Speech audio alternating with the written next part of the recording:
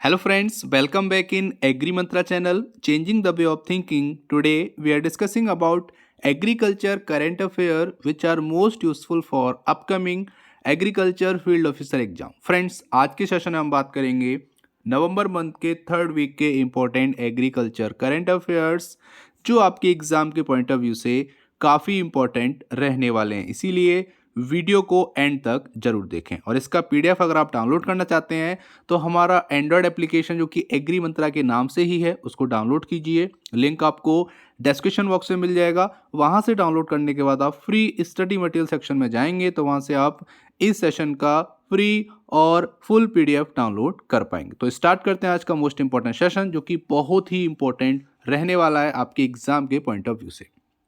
सबसे पहले बात करेंगे तो PM Modi says 3 farm laws will be repealed. तो यहां पर काफी टाइम बाद यहां पर हमारे जो पीएम है मिस्टर नरेंद्र मोदी जी ने यहां पर अनाउंस किया है कि उनकी सरकार ने जो 3 लॉ पारित किए थे, जिन 3 लॉ को लेके आई थी जो कि कृषि से संबंधित थे, उनको वापस लेने का फैसला किया है। तो यहां पर 19 नवंबर की बात है जब उन्होंने संबोधन किया राष्ट्र को और ये बहुत बड़ा फैसला लिया कि वो कृषि कानूनों को वापस लेती है जिसके लिए किसान 1 साल से ऊपर से हो गया है उस टाइम से सड़कों पर डटे हुए हैं और उनका यही कहना था कि जो कृषि कानून है उनको वापस किया जाए। फाइनली यहाँ पर सरकार ने अनाउंस किया है कि वो इन बिल को वापस लेती है। डिटेल में जान लेते हैं। तो सबसे पहले आपको पता होना चाहिए पीएम नरेंद्र मोदी जी ने 19 नवंबर को राष्ट्र को संबोधन करते हुए ये अनाउंस किया कि वो तीनों लॉ को जो कि एग्रीकल्चर से रिलेटेड हैं उनको वापस ले रही है। और यहाँ पर उन्होंने ये भी रिक्वेस्ट की जो प्रोटेस्ट कर रहे हैं किसान उनसे कि वो अपने घर जाएं और अपनी खेती बाड़ी करें। यहाँ पर सरकार ने फैसला ले लिया है कि वो उन तीनों कृषि कानूनों को वापस कर लेगी। आगे अगर हम बात करेंगे तो ये डिसीजन काफ़ी लेट आया क्योंकि 14 मंथ हो चुके हैं कंटिन्यू फार्मर्स को प्रोटेस्ट करते हुए और अब जाकर सरकार यहाँ पर मानी है। और यहाँ पर अब जो विंटर सेशन में जो शीतकालीन पार्लियामेंट में जो भी सत्र चलेगा उस सत्र में इन तीनों लॉस को वापस करने की जो भी प्रक्रिया है वो कार्रवाई यहाँ पर कर ली जाएगी। यहाँ पर अगर हम बात करेंगे कौन कौन से लॉ हैं उससे पहले आपको बता दें कि 5 जून को, ठीक है, 2020 की बात हो रही है, 5 जून को ये ऑर्डिनेंस आया था, अध्यादेश पारित किया गया था इन बिल्स का। 14 सितंबर को, ठीक है, आपको डेट याद रखनी है, 14 सितंबर को लोकसभा में बिल इंट्रोड्यूस हुए और 17 सितंबर को लोकसभा से जो बिल है वो पास हो गए। उसके बाद 17 सितंबर को ही ये बिल राज्यसभा में इंट्रोड्यूस किए गए, लाए गए और 20 सितंबर को जो तीनों बिल हैं वो वहाँ से पारित हो गए और फाइनली ये बिल लागू हो गया पूरे भारत पे। अब यहाँ पर अगर हम बात करें तो आपको एक चीज़ भी याद रखनी है जो काफ़ी इंपॉर्टेंट है कि कौन कौन से वो लॉ थे जिन पर फार्मर्स 14 महीने से प्रोटेस्ट कर रहे हैं। जिसमें पहला है farmers produce trade and commerce promotion and facilitation act 2020, दूसरा एक्ट है असेंशियल कम्युनिटी अमेंडमेंट एक्ट 2020 और तीसरा एक्ट है farmers empowerment and protection agreement on price assurance and farm service act 2020।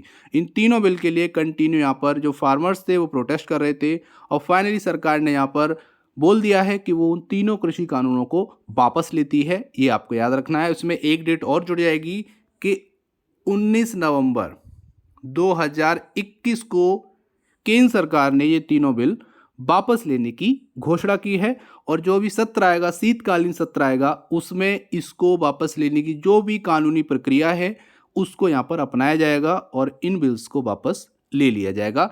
यहाँ तक आपको पता रखना है इस इंपॉर्टेंट करंट अफेयर्स। आगे बात करेंगे वेस्ट बंगाल लॉन्चेस द्वारे राशन स्कीम। तो यहाँ पर वेस्ट बंगाल गवर्नमेंट ने उनके लोगों के लिए, वहाँ के लोगों के लिए एक स्कीम लॉन्च की है जो काफ़ी इंपॉर्टेंट है, द्वारे स्कीम। द्वारे मतलब होता है द्वार, जिसको हम लोग नॉर्मली डोर बोलते हैं, अपना दरवाज़ा बोलते हैं, जहाँ से एंट्री होती है घरों में, उसी की बात यहाँ पर हो रही है। तो इस द्वारे स्कीम की अगर हम बात करेंगे तो वहाँ की जो सीएम है ममता बनर्जी, उन्होंने यहाँ पर इनॉग्रेट किया है इस स्कीम को, द्वारे राशन स्कीम, जो कि नवंबर 16, 2021 को लॉन्च की गई है। ये आपको याद रखना है। यहाँ पर डेट पूछ ली जाती है एग्जाम में तो इजीली यहाँ पर आप बता सकते हो कि वेस्ट बंगाल में द्वारे राशन स्कीम जो है वो कब लॉन्च की गई। तो वो की गई 16 नवंबर को। ये भी क्वेश्चन आ सकता है कि 16 नवंबर को द्वारे राशन स्कीम किस स्टेट में लॉन्च की गई है, तो वो है वेस्ट बंगाल। आगे बात करेंगे तो द्वारे राशन मतलब राशन एट डोर स्टेप, ठीक है, मतलब घर पे ही राशन पहुंचाया जाएगा सरकार के द्वारा। इस स्कीम के अंतर्गत यहाँ पे 10 करोड़ पीपल को, यहाँ पर जो कि वेस्ट बंगाल की पीपल है उसको फायदा यहाँ पर मिलने वाला है। और यहाँ पर ये भी बात है कि फिक्स डे पे, किसी भी मंथ के फिक्स डे पर ये जो राशन है वो 10 करोड़ लोगों के घर पर उनके डोर स्टेप पर पहुंचाया जाएगा। और इसके लिए जो सरकार है वो 160 करोड़ रुपए यहाँ पर इन्वेस्ट करेगी, मतलब है 160 रुपये का खर्चा आएगा द्वारे तक, ठीक है, सभी के घर तक राशन पहुंचाने के लिए। जिसके लिए जो डीलर होते हैं, जो राशन डीलर होते हैं, उनको यहाँ पर अलाउ किया जाएगा कि वो कम से कम 2 पर्सन, एटलीस्ट 2 पर्सन वो अलाउ करें, अपॉइंट करें इस काम के लिए, जो कि आसानी से डिलीवरी कर पाएँ उस राशन की, उस गेहूं और चावल की जो राशन में लोगों को दिया जाता है। इसके लिए यहाँ पर सरकार जो है उस कैंडिडेट को, उन दोनों पर्सन को 10-10 हज़ार रुपये, 10,000 रुपीज जो हैं वो यहाँ पर प्रोवाइड किए जाएंगे पर मंथ। और हम ये बोल सकते हैं कि जिसमें से 5,000 जो है वो स्टेट गवर्नमेंट वहन करेगी और रिमेनिंग जो है वो डीलर वहन करेगा। मतलब है यहाँ पे 5,000 गवर्नमेंट बियर करेगी और 5,000 रुपये जो है वो यहाँ पर गवर्नमेंट जो है डीलर से बोलेगी कि आप ही 5,000 रुपीज़ को वहन करिए, बियर कीजिए। तो यहाँ तक आपको समझ में आया होगा, काफ़ी इंपॉर्टेंट है। आगे बात करेंगे तो India's first digital food museum in Tamil Nadu. तो यहाँ पर बात हो रही है कि तमिलनाडु में भारत का पहला डिजिटल फूड म्यूजियम यहाँ पर लाया गया है, जो काफ़ी इंपॉर्टेंट है, ब्रेकिंग न्यूज़ है ये इस टाइम की, तो इसके बारे में आपको जानना जरूरी है। तो यहाँ पर बात करेंगे तो जो हमारे यूनियन मिनिस्टर हैं पीयूष गोयल जी, इन्होंने यहाँ पर ये जो म्यूजियम है ये वर्चुअली लॉन्च किया है, जो भारत का पहला डिजिटल फूड म्यूजियम है, जो कि तमिलनाडु के थंजावुर में लाया गया है, सेटअप किया गया है 15 नवंबर 2021 में। आगे अगर हम बात करेंगे तो इसका जो एरिया है वो है 1860 स्क्वायर फीट म्यूजियम जो बनाया गया है। इसको डेवलप किया गया है FCI food corporation of India और उसके साथ यहाँ पर Visvesvaraya industrial and technological museum Bengaluru Karnataka के द्वारा इसको सेटअप किया गया है, जिसका जो टोटल कॉस्ट आया है कंस्ट्रक्शन में वो आया है 1.1 करोड़ रुपीस। आगे अगर हम यहाँ पे बात करेंगे तो यहाँ पर ये एक ऐसा और पहला एफर्ट है इस म्यूजियम के थ्रू जहाँ पर इंडिया की स्टोरी बताई जाएगी कि जो फूड स्टोरी है, जब भारत में फूड उत्पादन शुरू हुआ और आज जब हमारा Bharat largest food grain exporter बन चुका है कंट्री में। तो यहाँ पर एक कहने की बात यहाँ पर क्या है कि इस स्टोरी को इस वर्चुअली बोल सकते हो जो डिजिटल फूड म्यूजियम है इसमें बताया जाएगा, ये भी आपको याद रखना है। तो कहने का मतलब यहाँ पर है कि इंडिया की फूड प्रोडक्शन और फूड एक्सपोर्ट के सापेक्ष में हमारी इंडिया की क्या कंडीशन रही है, क्या क्या हिस्ट्री रही है, उसके बारे में यहाँ पर थोड़ा एलेबोरेट किया जाएगा लोगों को। इतना आपको समझना है इस इंपॉर्टेंट करंट अफेयर से। उम्मीद करते हैं आपको यहाँ तक समझ में आया होगा। फ्रेंड्स, अगर आपको समझ में आ रहा है तो वीडियो को अभी लाइक करो और ज़्यादा से ज़्यादा इस वीडियो को शेयर करो। आज की वीडियो का टारगेट है केवल और केवल 300 लाइक्स का, तो वीडियो को ज़्यादा से ज़्यादा लाइक करो और सभी फ्रेंड्स के साथ शेयर करो ताकि घर बैठे सभी को एग्रीकल्चर के बारे में लेटेस्ट अपडेट पता चल सके। आगे बात करेंगे तो world largest solar power park in Bhadla Rajasthan. तो राजस्थान के भादला में वर्ल्ड का सबसे बड़ा सोलर प्लांट सेटअप किया गया है, ये भी आपको याद रखना है। ये जो भादला है वो राजस्थान के जोधपुर डिस्ट्रिक्ट में पड़ता है, ये भी आपको याद रखना है। सबसे पहले बात करेंगे तो Bhadla solar park located in Rajasthan, ये राजस्थान में है और वर्ल्ड का सबसे बड़ा सोलर पावर पार्क है, ये भी आपको याद रखना है। आगे अगर हम बात करेंगे तो ये जो सोलर पार्क है वो जोधपुर के भादला में लोकेटेड है, जहाँ पर जो रीजन है वो काफ़ी ड्राई है और सैंडी सॉइल वहाँ पर पाई जाती है और इसका जो एरिया है वो कवर कर रखा है लगभग 14,000 एकड़ एरिया में ये फैला हुआ है, ये भी आपको याद रखना है। और इसमें लगभग 10 मिलियन सोलर पैनल लगे हुए हैं इस पार्क में। और आपको ये भी बता दें कि जो टोटल कैपेसिटी है इस पार्क की, इस सोलर पावर पार्क की, तो वो है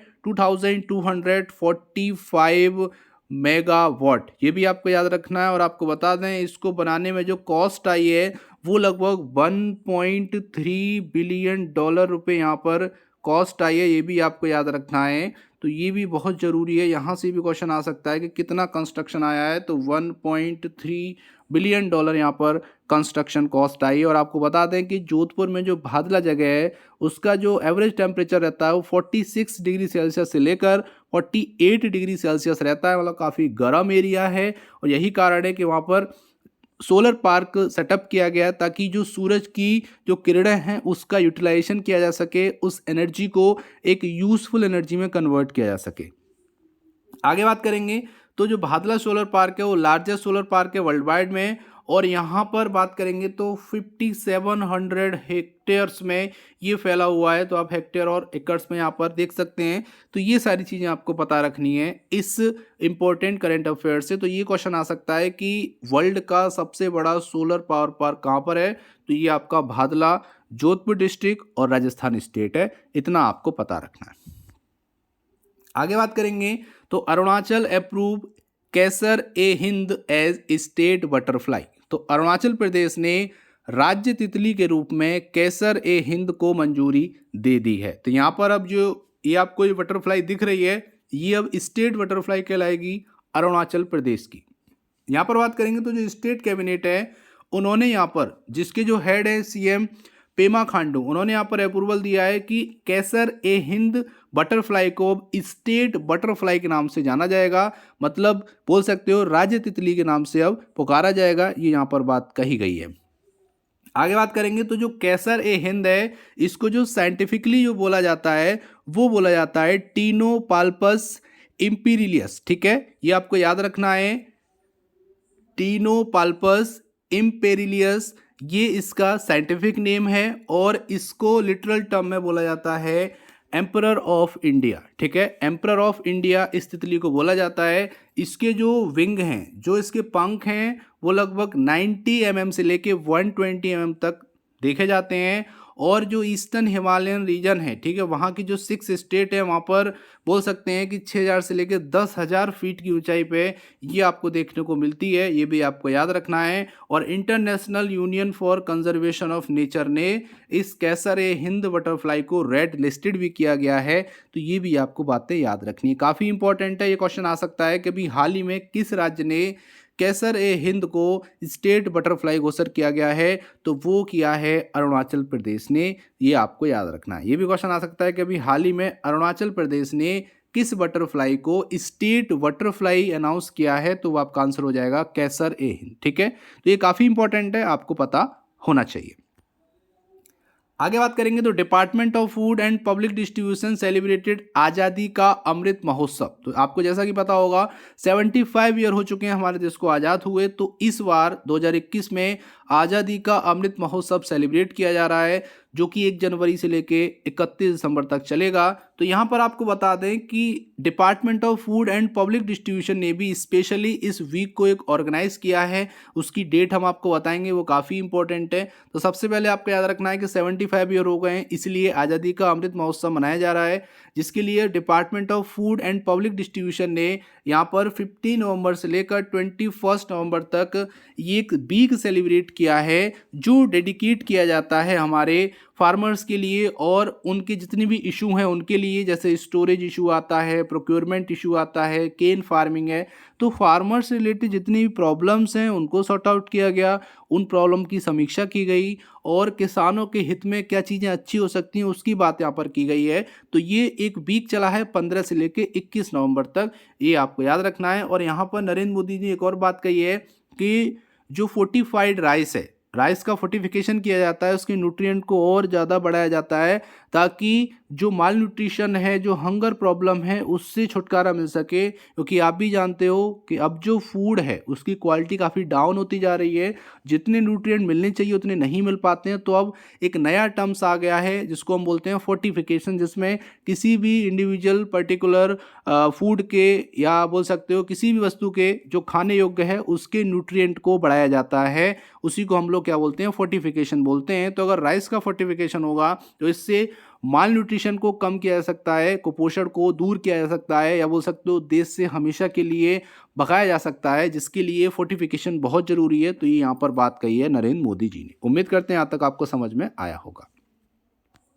आगे बात करेंगे तो ministry of food processing industry inked MOU with department of animal husbandry and dairying. तो यहाँ पर ministry of food processing industry ने एक MOU साइन किया है डिपार्टमेंट ऑफ एनिमल हस्बेंड्री और डेयरिंग के साथ नवंबर 17 को। डेट आपको याद रखनी है, 17 नवंबर को ये किया गया है। और आपको बता दें कि MOU साइन होने के बाद जो उद्देश्य है वो क्या है कि जितने भी डेयरी इंटरप्रेन्योर्स हैं या फिर डेयरी इंडस्ट्री चलाते हैं उनको यहाँ पर ज़्यादा से ज़्यादा बेनिफिट दिया जाए। और बेनिफिट किसका कि जितनी भी डिपार्टमेंट ऑफ एनिमल हस्बेंड्री और डेयरिंग की जो स्कीम्स आती हैं उनको यहाँ पर ज़्यादा से ज़्यादा इन्वॉल्व किया जाए। किसानों को ज़्यादा से ज़्यादा फ़ायदा कैसे मिले इसके बारे में ये दोनों डिपार्टमेंट मिलके समीक्षा करेंगे, बात करेंगे और आगे प्लान करेंगे। आगे बात करेंगे तो according to 20th livestock census, जो हमारा 20वां लाइव स्टॉक सेंसस आया है उसके अकॉर्डिंग जो लाइव स्टॉक की पॉपुलेशन है वो 535.78 मिलियन है इंडिया में। और अगर हम इसको कंपेयर करें 2012 वाले सेंसस से, जहाँ पर लाइव स्टॉक का जो बोल सकते हो जो पॉपुलेशन थी वो इस बार के कंपेयर में कम थी। मतलब इस बार जो प्रोडक्शन हुआ है, जो पॉपुलेशन हमारी बढ़ी है वो हमारी बढ़ी है 4.6% से। तो यहाँ पर जो लाइव स्टॉक की जो पॉपुलेशन है वो इंक्रीज हुई है लगभग 4.6% से। तो हम ये बोल सकते हैं कि यहाँ पर काफ़ी ज़्यादा ग्रोथ देखी जा रही है। इसके लिए टाइम टू टाइम जो फार्मर्स हैं, जो बोल सकते हो पशुपालन करते हैं, उनको गाइडेंस की ज़रूरत है। और जो स्कीम आ रही हैं उसके लिए बोल सकते हो उनको अवेयर करने की ज़रूरत है ताकि वो उन स्कीम का फ़ायदा उठा सकें और दूध का प्रोडक्शन बढ़ा सकें। तो यहाँ पर उम्मीद क्या की जाती है, जितनी भी स्कीम है या फिर जितने भी इनिशिएटिव लिए जाते हैं गवर्नमेंट के द्वारा कि फार्मर की आय को डबल किया जाएगा। ठीक है, अब वो होती है नहीं होती है वो अलग बात है, लेकिन उद्देश्य यही रहता है कि फार्मर की आय कैसे डबल की जाए। ठीक है, तो इसी के लिए ये सारे स्टेप लिए जाते हैं।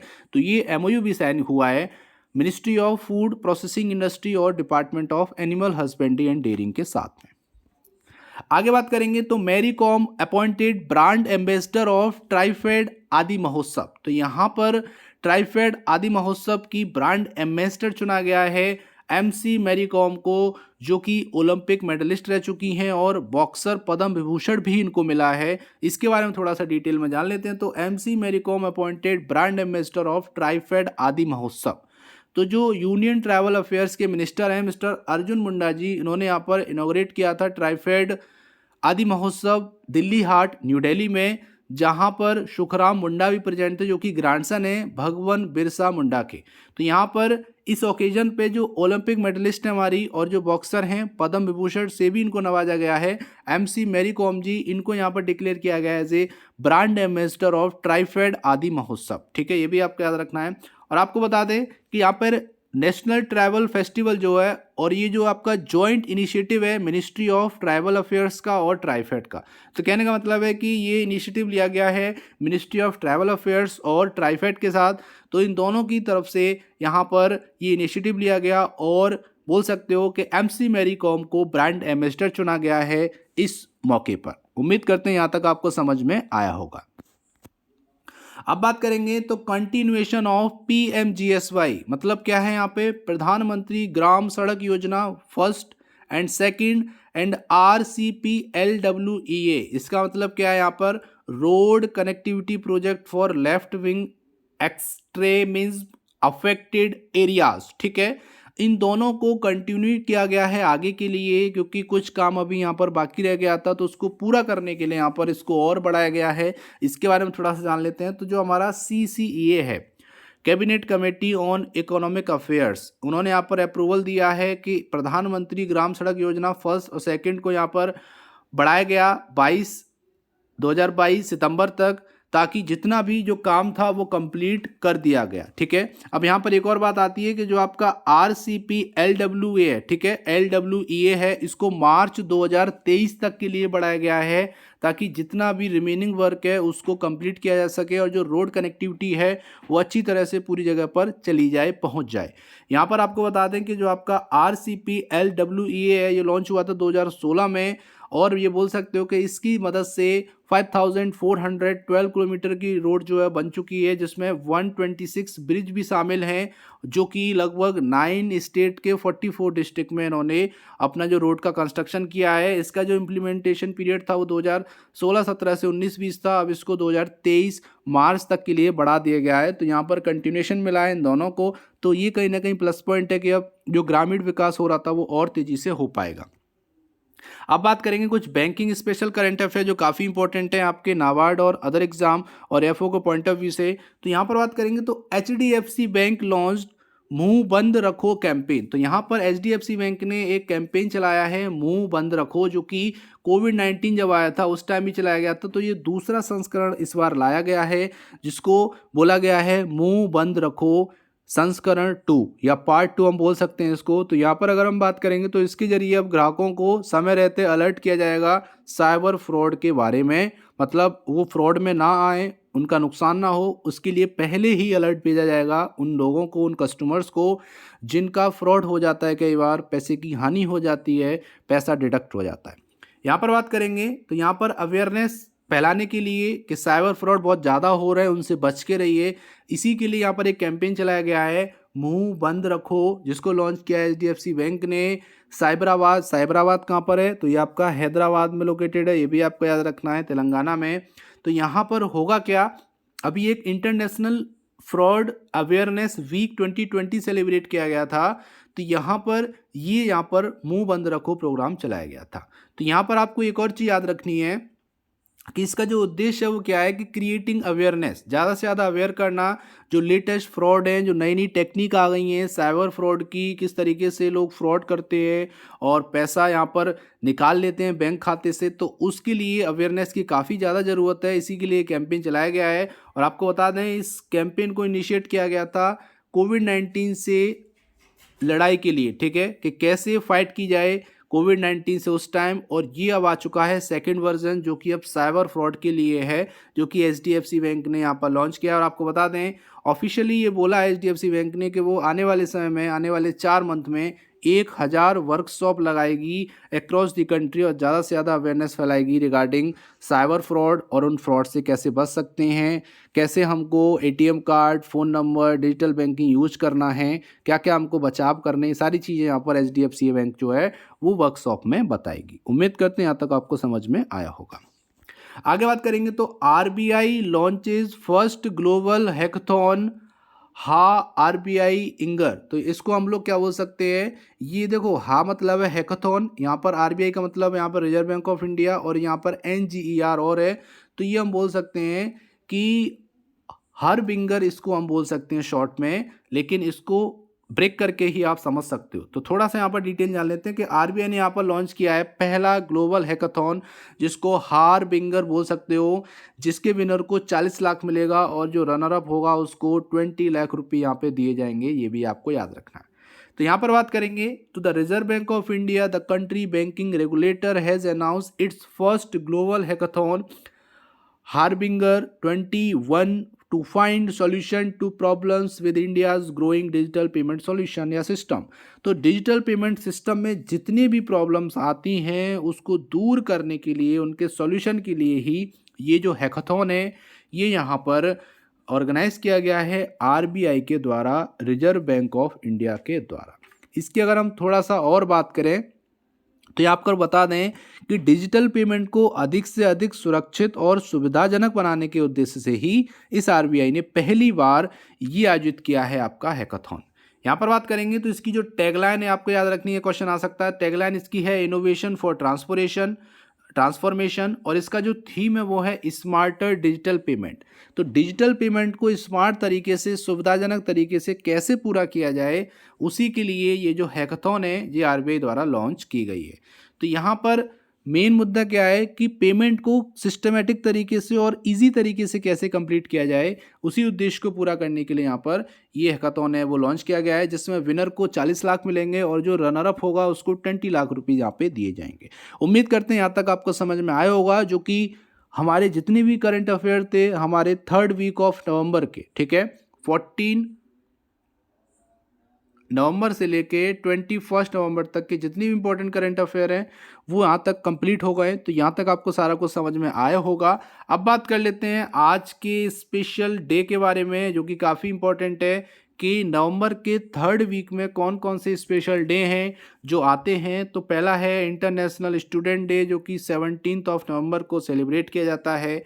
सेकंड है वर्ल्ड फिलोसफी डे, जिसको 18 नवंबर को सेलिब्रेट किया जाता है। और थर्ड है वर्ल्ड चिल्ड्रंस डे, जिसको नवंबर 20 को सेलिब्रेट किया जाता है। तो ये डे आपको याद रखनी है, जो कि नवंबर के 3rd वीक में सेलिब्रेट किए जाते हैं। यहाँ से भी क्वेश्चन आ सकता है। अब बात करेंगे आज के प्यारे से क्वेश्चन की, लेकिन उससे पहले बात करेंगे पिछले वीडियो में पूछे गए क्वेश्चन के आंसर के बारे में। क्वेश्चन था the government has targeted how many million tons of mustard production by 2025-26। तो 2025-26 तक भारत सरकार का मस्टर्ड प्रोडक्शन का क्या टारगेट था। तो ये था आपका 17 मिलियन टन। सभी स्टूडेंट ने सही आंसर किया है। 2025-26 तक भारत सरकार चाहती है कि 17 मिलियन टन मस्टर्ड का प्रोडक्शन हो। ये टारगेट सेट किया गया है गवर्नमेंट ऑफ इंडिया के द्वारा। तो सभी स्टूडेंट ने सही आंसर किया है इस क्वेश्चन का।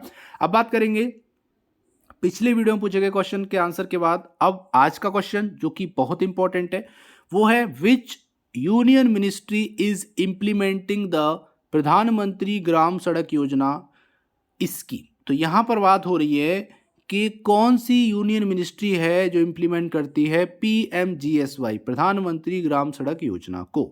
ऑप्शन है ministry of housing and urban affairs, ministry of rural development, ministry of agriculture and farmer welfare, या मिनिस्ट्री ऑफ पंचायती राज। इसका सही आंसर आपको कमेंट बॉक्स में लिख के भेजना है। उम्मीद करते हैं आपको आंसर आता होगा।